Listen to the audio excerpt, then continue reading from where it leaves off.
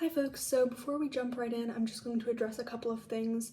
Number one, if you are a regular watcher of this channel, this video is going to be very different from my usual videos, actually a lot different from my usual videos. This is a lot more college focused, specifically college admissions, so if that doesn't interest you, then feel free to click off this video. That's all I'm going to be talking about. And then second point, if you are interested in college admissions, and the title of this video, Cornell Transfer Options, I'll tell you a little bit about myself. My name is Maral. I am in the class of 2024. I'm currently a student at the University of Massachusetts Amherst. However, last year I was given the Cornell Transfer Option. So if all goes expected, next year I'm going to be a student at Cornell. I specifically was given a transfer option to the School of Industrial and Labor Relations, the ILR school, but you can have a transfer option to most of the schools. I'm going to be talking about all of the schools in general, and if I'm talking about ILR specifically, I'll say that. But this video should be able to apply to all schools. If you have ILR specific questions, I can do my best to answer them in the comments. So first and foremost, I just want to say congratulations, you got in, especially in a really difficult year. That's something to be really proud of. So with all that being said, let's get into the questions that I have prepared. And I have a little notes app of notes, so I'll just be reading off of that for you guys. Question number one is, why was I chosen to be a transfer student? According to Ian Skachner, who is the ILR transfer liaison person, this is on the Cornell ILR Instagram page in one of their stories, quote, "What the ILR school looks for in applicants more than anything else is people who understand the program and why they want to come here. Everyone here is really into what they do. We want to see that you've done your research and that you are as passionate about the topics here as we are." So basically, the criteria that most transfer students fit into is that your stats, so your grades and your SAT, ACT scores are slightly lower than the Cornell average, but your extracurriculars are really strong. So we think that giving you the transfer option is Cornell's way of saying that your extracurriculars and your essays were really strong and strong enough to get you into the school, but they didn't want your GPA and your test scores to affect their overall averages, so then they just lump you into the transfer pool so that their averages aren't affected, which is, really smart on their part if you think about it, because they still get the really good students, but their averages are not affected. So overall, if you got the transfer option, that means that you probably did some really kick-ass things in high school, so you should feel really good about yourself. Second important question, is it really guaranteed? Okay, so I can speak for ILR. As long as you meet your requirements and don't get into any major disciplinary action, it is 100% guaranteed. For the other schools, I don't think they say it's officially guaranteed, but I have yet to hear of anyone who hasn't met the requirements who hasn't gotten it. So basically, don't worry, don't sweat it. As long as you complete the requirements and don't get into any major disciplinary problems at your first school, you are basically in, so you don't have to worry about it. Oh boy, this is a lot of talking. Okay, the next big question that I remember having last year is, where should I go for my first year before transferring to Cornell? Okay, so the first step before even considering this question is to decide whether you even want to take the Cornell transfer offer. Look at your other options, where else you've been accepted, and then make your decision. And then once you've decided that, the options really vary on where you can go. They really depend on personal preference. I personally went to a state school because I wanted that lower in-state tuition while also getting an in-person experience, or as in-person as possible in, a COVID year. Whereas I know some other people in the 24 group who went to a community college because it was, much lower tuition, and they knew that they would be graduating with a Cornell degree anyway because they could meet the requirements at that community college. And then I also know some people who went to a private college of similar or slightly less caliber than Cornell because they really wanted that experience for all 4 years of their education. So it's really up to you depending on where you want to go.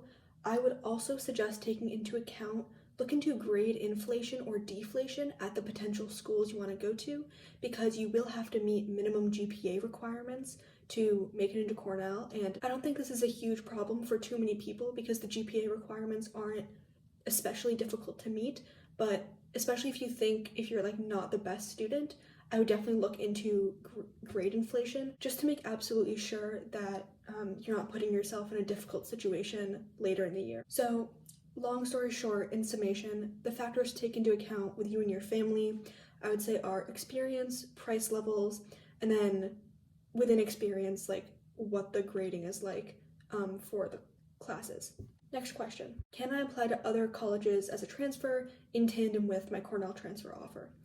And the answer is quite simply, yes, you can. You can apply to other colleges, and then if you get accepted, decide on whether you want to go to Cornell or not. Like, you're not locked into Cornell just by accepting the transfer offer. However, this is a lot of work to put on yourself on top of your freshman year course load. And again, if you're not like the best student, I would consider how that is going to affect your relationship with your grades and if that could potentially jeopardize your spot at Cornell. But if Cornell isn't your dream school or you have doubts about transferring to Cornell, this is an option to consider. Next question, what happens if I don't meet my requirements? And I've gotten into this a little bit in the previous questions, but just to address it specifically, as far as I've heard, if you're having a hard time in a specific class and maybe aren't meeting like the minimum grade requirement for that individual class, as long as you communicate with your transfer like contact liaison person for your specific school, it shouldn't be too big of a problem. And there's some wiggle room with the requirements to keep you within the like guaranteed pool of applicants. I've also heard that if you do mess up with your grades or something significantly, it's not that you're not allowed to like go to Cornell anymore. It's that they take you out of the guaranteed pool of applicants and just put you in the normal transfer pool of applicants, which presumably would lower your chances of getting in. So yeah, definitely do your best to meet all the requirements. Okay, and the next question is, what does the transfer process look like? So basically, once you've been accepted, the only thing you have to do for a while is just to fill out a form saying that you want to accept the transfer offer. And that form, I believe, is either on the direct acceptance letter or it's in an email that they send like a few days after you get the acceptance letter. And then after that, you basically enroll in classes at your first school and do all the normal college things as if you were just going to like attend your first school and stay there. So enroll in classes, do residential housing, all that stuff. And then in your first semester, at least for ILR, this might not be the case for the other schools, but I'll speak for ILR, you have to send your course list to the transfer liaison person for them to make sure that you are meeting all of your requirements. For ILR, we get a list of the type of courses that are required for us.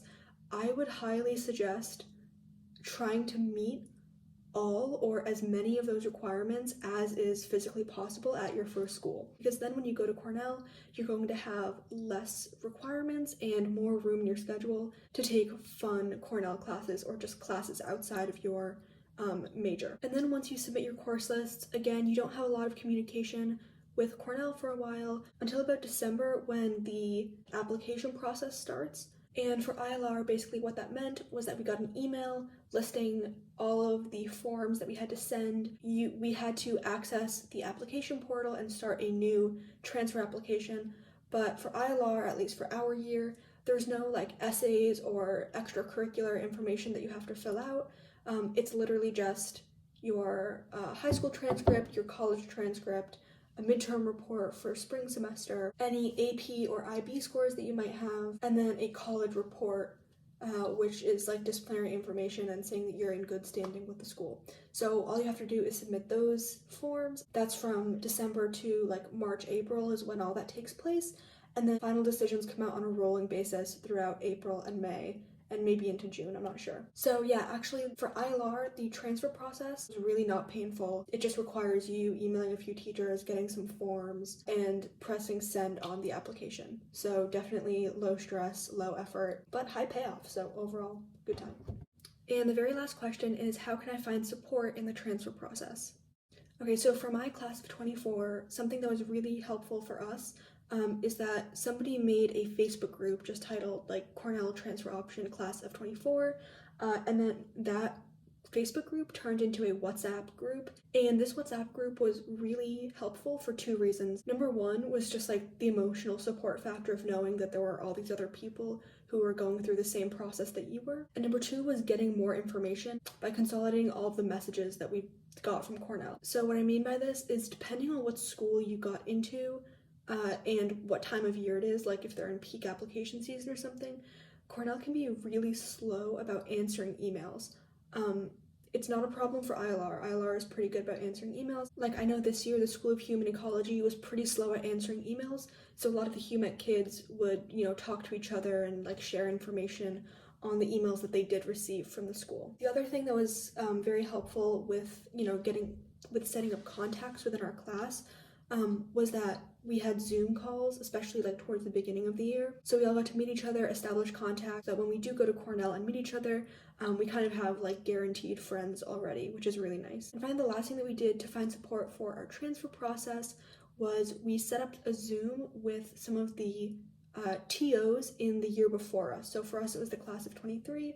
For you guys, it would be my year, the class of 24. And if you all do end up forming a group of 25 transfers, I would be happy to facilitate that, but just let me know. Yeah, so that's basically all I have for this video. I'm sure that you guys in the class of 25 or in any future years of Cornell TOs are gonna have a lot more questions. I just tried to cover the questions that I remember having. But if you guys have any lingering questions, I would be happy to answer them in the chat below or do my best to answer them. Yeah, big congratulations on being accepted to Cornell. It's a really big accomplishment again. I'm really happy for you guys. So yeah, good luck. And if you would like to, you can check out the other videos on my channel that are not about Cornell, but I think are still pretty cool. Okay,